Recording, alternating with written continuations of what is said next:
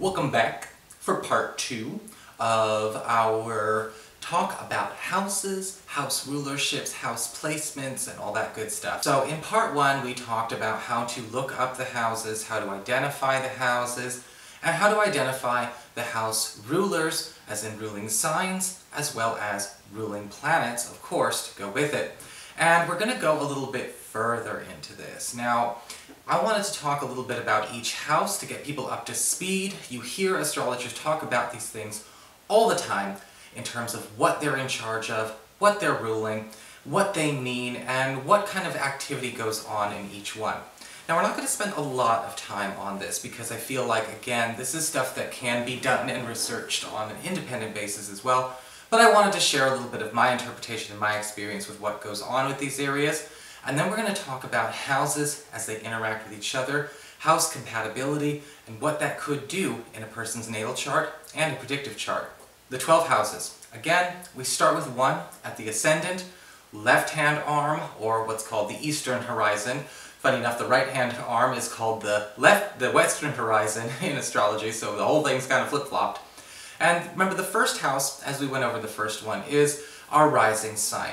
Okay, that is sort of how we express ourselves.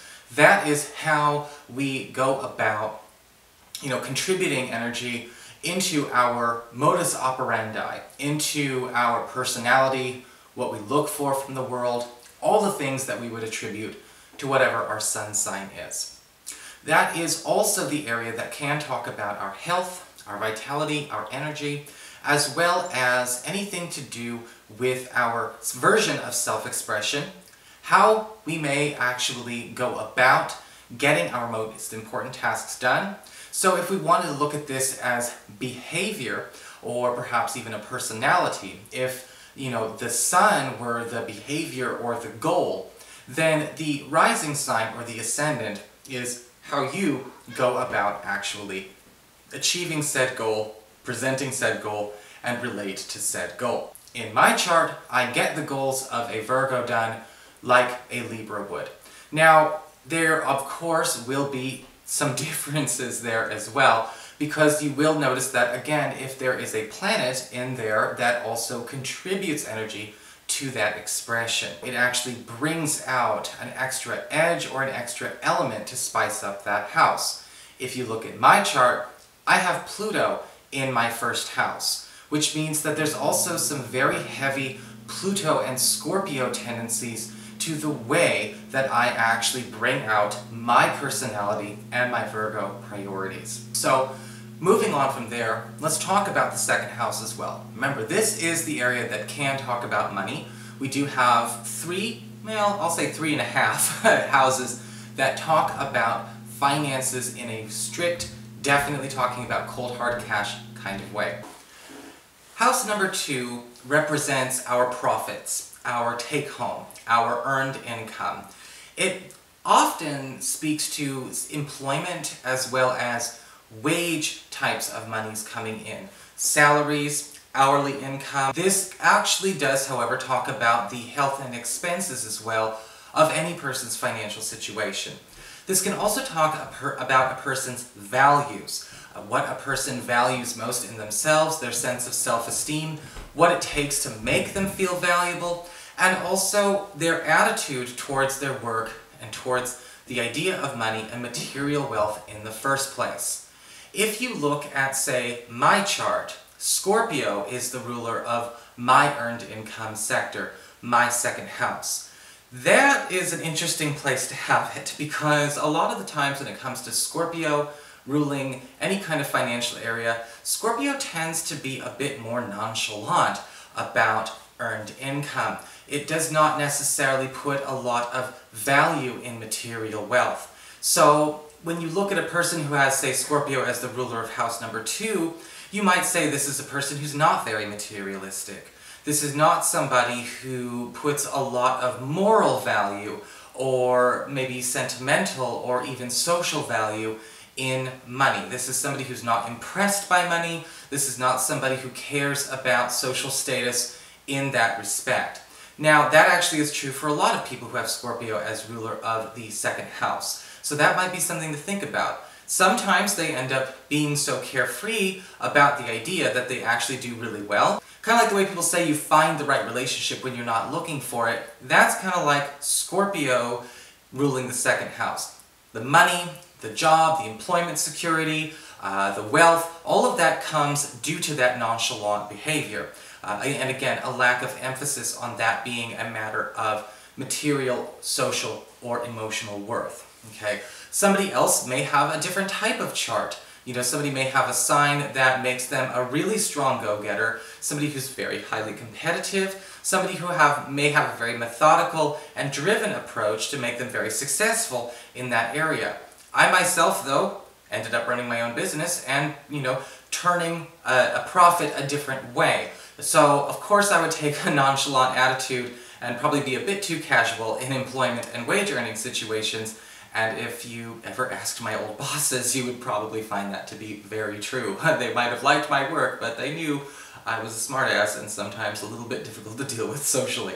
So what's going on with house number 3? Now, you've probably heard me refer to house number 3 in a horoscope as the area that talks about communications, pacts, promises, commitments, contracts, paperwork, as well as helpful people and helpful third parties.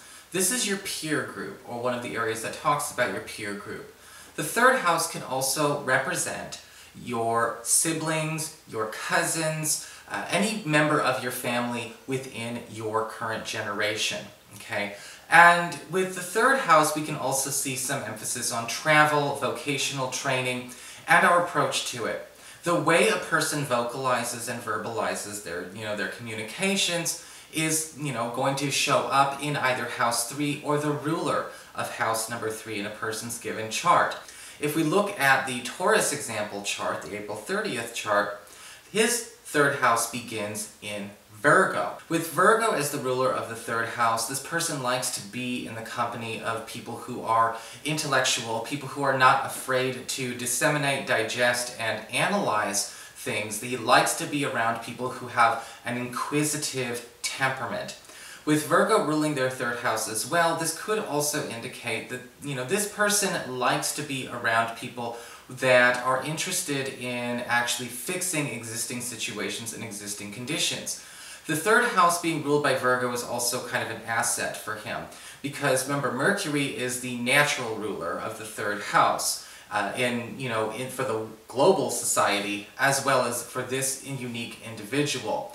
Where Virgo is ruling the third house, we also see that this person is going to always find people either in their generation or in their peer group to want to be a helpful teammate. It's going to attract people that are going to have the right temperament for them to work with. And, this can also indicate that this person does actually really, really thrive in a situation where they are able to, again, break things apart. They like to analyze things and see what makes everything tick. The fourth house rules, again, the roots. It begins on what we talked about in the last video, the Einam Coeli, or the IC. The fourth house cusp. It starts up and shows us what is ruling a person's family life, a person's household, where their family is most impacted, what generation it's coming from, their attitude towards family, how they might behave as a member of their own family, what role they might play if their family does have roles in that capacity, what they do best when it comes to supporting a family, and what the circumstances of that family situation are like in early development, contributing to this personality. So in the last video I talked about how Saturn and Capricorn, being the ruler of my IC and my fourth house, did actually accurately tell the story about how my father was the most, I guess you could say, prominent figure in my life as a parent, and I talked about how my siblings and I were raised by a single father for the first few years of our lives. So it makes sense that Saturn, the planet of the father, as well as Capricorn, its ruling sign, actually falls where the Einam Coeli falls in the chart. So moving on from there, let's talk about house number 6, which we did brush up on a little bit in the last one as well. House number 6, as we talked about in the last one, that's routines. That's our tasks, our productivity, our schedule, and it can talk about wealth and money as well. and it does talk about our attitude towards our physical health, our approach to our physical health.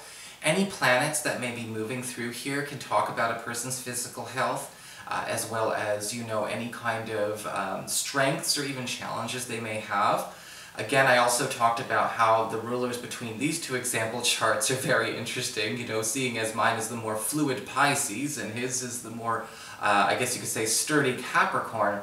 So we look at this and we're kind of seeing, okay, so Nico is definitely a bit more loosey-goosey when it comes to that, prefers to just kind of, improvise when it comes to schedule, whereas his relative is a lot more, I guess you could say regimented. Like I said before, I have very little of that as a temperament in who I am. I must have missed that gene.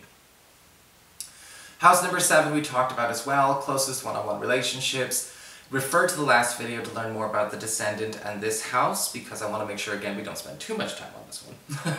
But this talks about your closest one-on-one relationships, the boyfriend, girlfriend, BFF, marriage partner, so your husband, wife, roommate, business partner, all of your closest one-on-one ties, and what you gravitate towards in personalities that fulfill those one-on-one ties. As we get into house number 8 is an interesting house because we tend to see this be one of the houses that just doesn't know what it wants to be. It's the ruler of passive income, so we talk about dividends, we talk about interest payments, we talk about royalties, we talk about anything that could be coming through an annuity or a settlement. We also talk about self-employment income a lot here. This doesn't necessarily always have to be the self-employment area. Again, this and probably house number 10 is a place that I would direct a lot of self-employed individuals to look when it comes to handling their monies.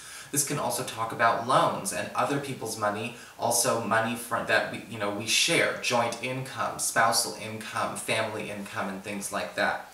And then on the flip side, we've also got intimacy, sexuality, sensuality, and how that all plays into this person's attitude towards, physical intimacy, what they're romantically compatible with, what they're into, but also at the same time, anything that could be going on with this person's, relationship with their, with sex itself. Are they intimately available? Are they romantically available?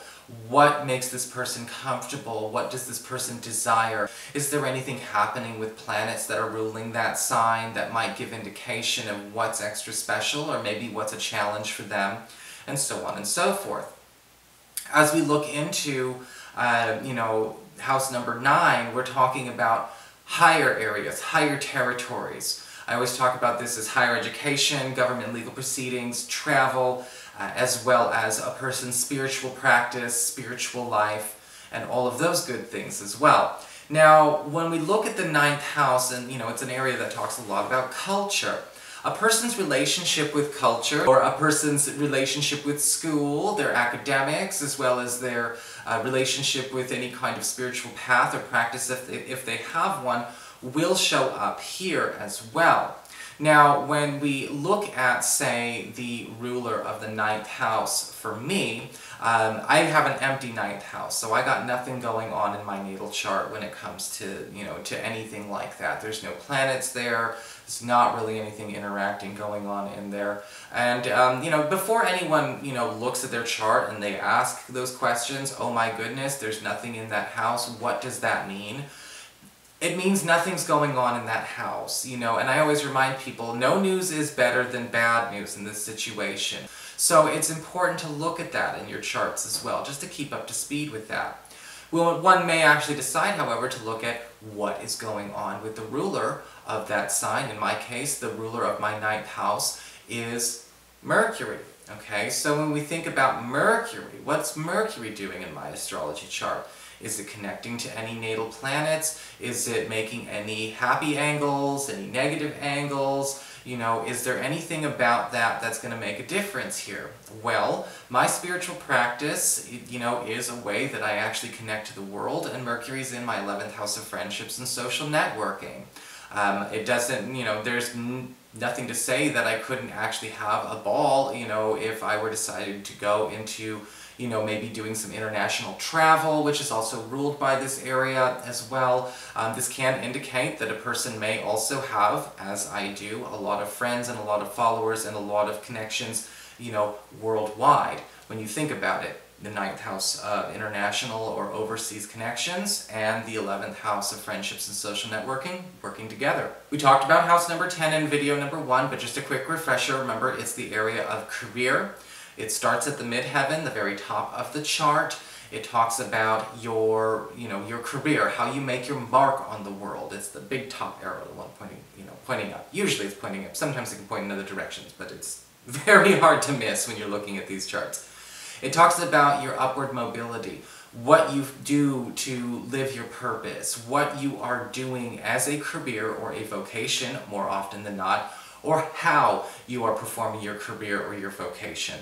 And that's actually an important thing to pay attention to. We do break that down in part 1. If you're watching part 2 first, you can, when you go watch part 1, you'll find out more about the midheaven and how that affects house number 10. House number 11 is the area of friendships and social networking. This is the area that talks a lot about, again, not only friends, how important are friends?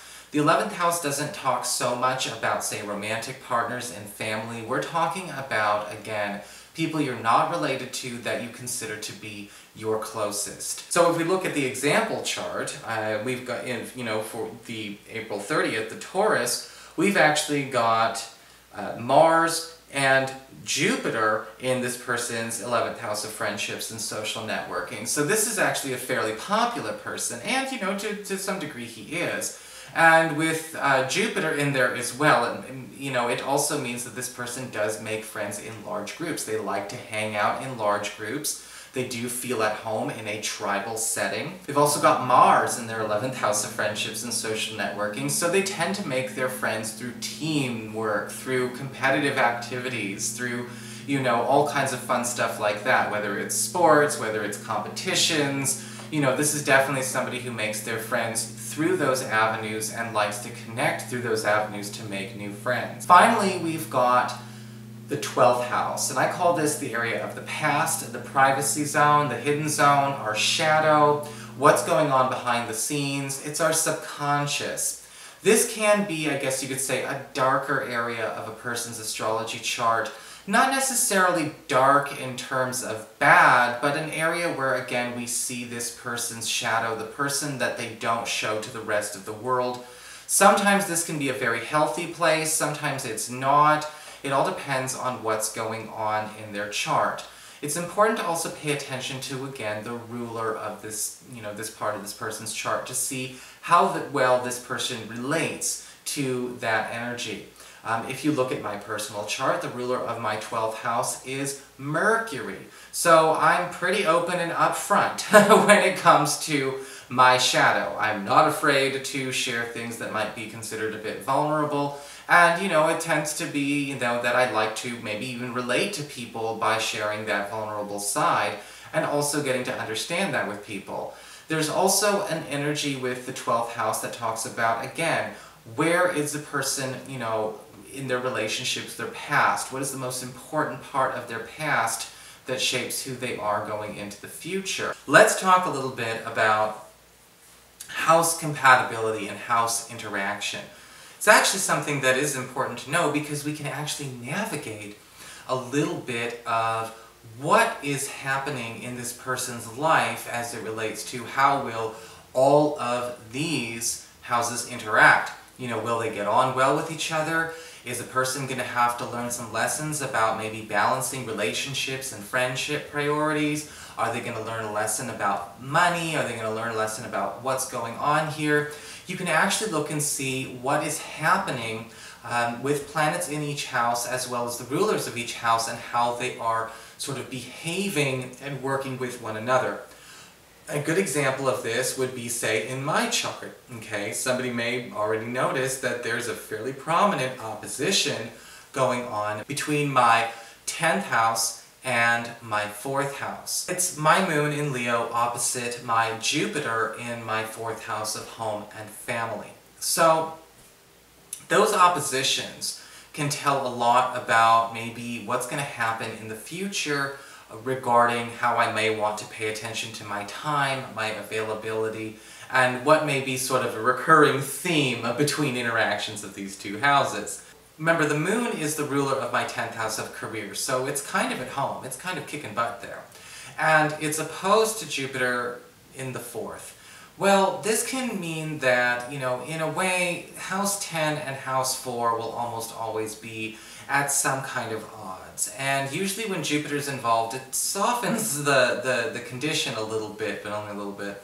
And what it does is it kind of shows, okay, whatever happens to or for the career sector will activate that opposition. So career development, as well as home and family developments, will always kind of happen at the same time. So it's important to make sure that a person allows for that so they can actually have some quick wiggle room. Now, it doesn't mean as soon as we decide to take on a new job, something's going to happen to our family on the spot.